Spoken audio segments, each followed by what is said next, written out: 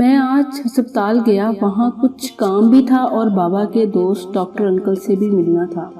ہسپتال کے ہال میں ایک ضعیف آدمی بیٹھا ہوا، سر سے لہو بہہ رہا تھا، اداس سا تھا، لیکن وہ مرہم پٹی کروانے سے انکار کر رہا تھا۔ میں حیران تھا، عمر ہو گئی کوئی 60 سال۔ میں پاس گیا، پوچھا، بزرگو آپ ڈاکٹر صاحب کو پٹی کرنے دیں، خون بہت بہہ رہا ہے۔ پاس بیٹھی ایک لڑکی بار بار کہہ رہی تھی، ابو پلیز پٹی کرنے دیں۔ میں حیران تھا، بزرگ ایسا کیوں کر رہے ہیں؟ ان کے کندھے پہ ہاتھ رکھا، اس بزرگ کا ہاتھ پکڑا، ان کی آنکھوں میں دیکھ کر بولا، میرا نام فارس ہے، پتا ہے بالکل آپ جیسے تھے میرے بابا، چھوٹی چھوٹی داڑھی، معصومانہ سا چہرہ، بہت پیارے تھے، لیکن وہ اب میرے ساتھ نہیں ہیں، وہ اللہ میاں کے پاس چلے گئے ہیں۔ بزرگ نے میری طرف دیکھ کر میرے سر پہ ہاتھ رکھا، پتر دعا کیا کر اپنے ابا کے لیے۔ مجھے اپنے ابا جان کا ذکر کرتے ہوئے آنکھیں نم ہو گئی تھیں۔ بزرگ کانپتے ہوئے اٹھے، آواز دی، ڈاکٹر بیٹا آ مجھے مرہم پٹی کر دو۔ میں اداس سا ایک کرسی پر بیٹھ گیا، بابا جان کے ساتھ گزرے لمحات یاد کرنے لگا۔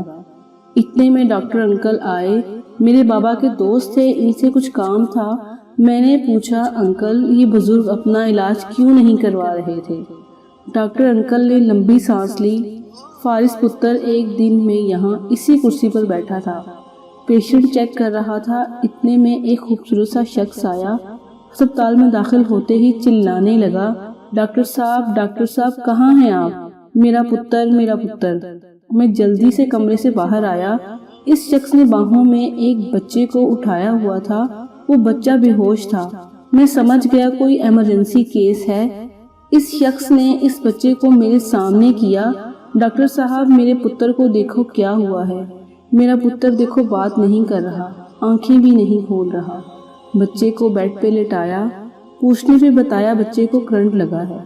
میں نے جلدی سے ٹریٹمنٹ شروع کی، لیکن وہ شخص بار بار مجھے کہہ رہا تھا، ڈاکٹر میرا پتر ٹھیک ہے نا، میرا لاڈلا، میری جان ٹھیک ہے نا؟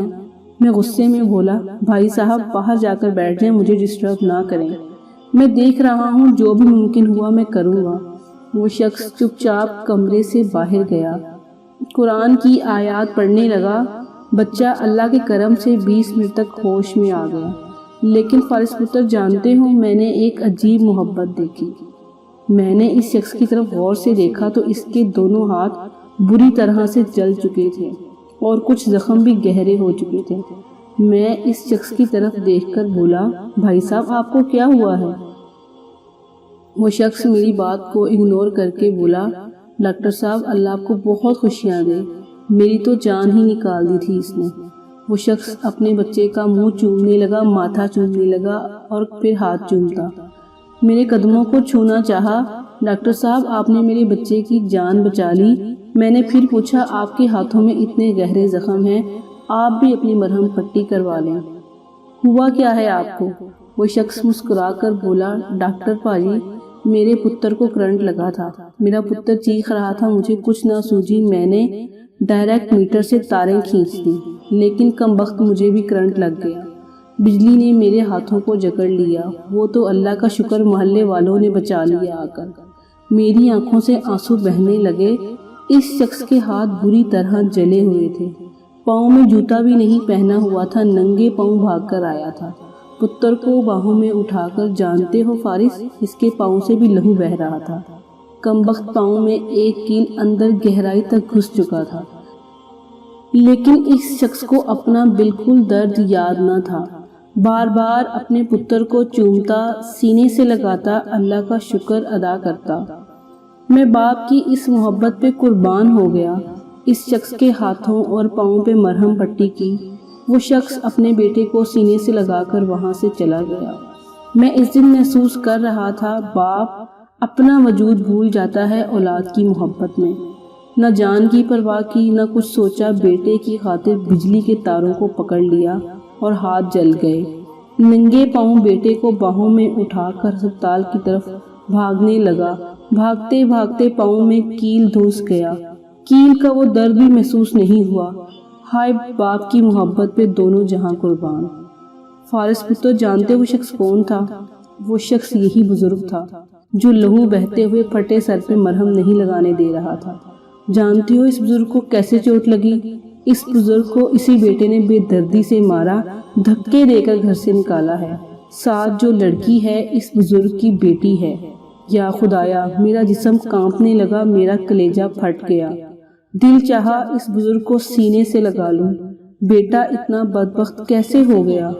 بزرگ کے پاس گیا، میں نے پیار سے پوچھا، بابا جی بیٹا کیوں مارتا ہے؟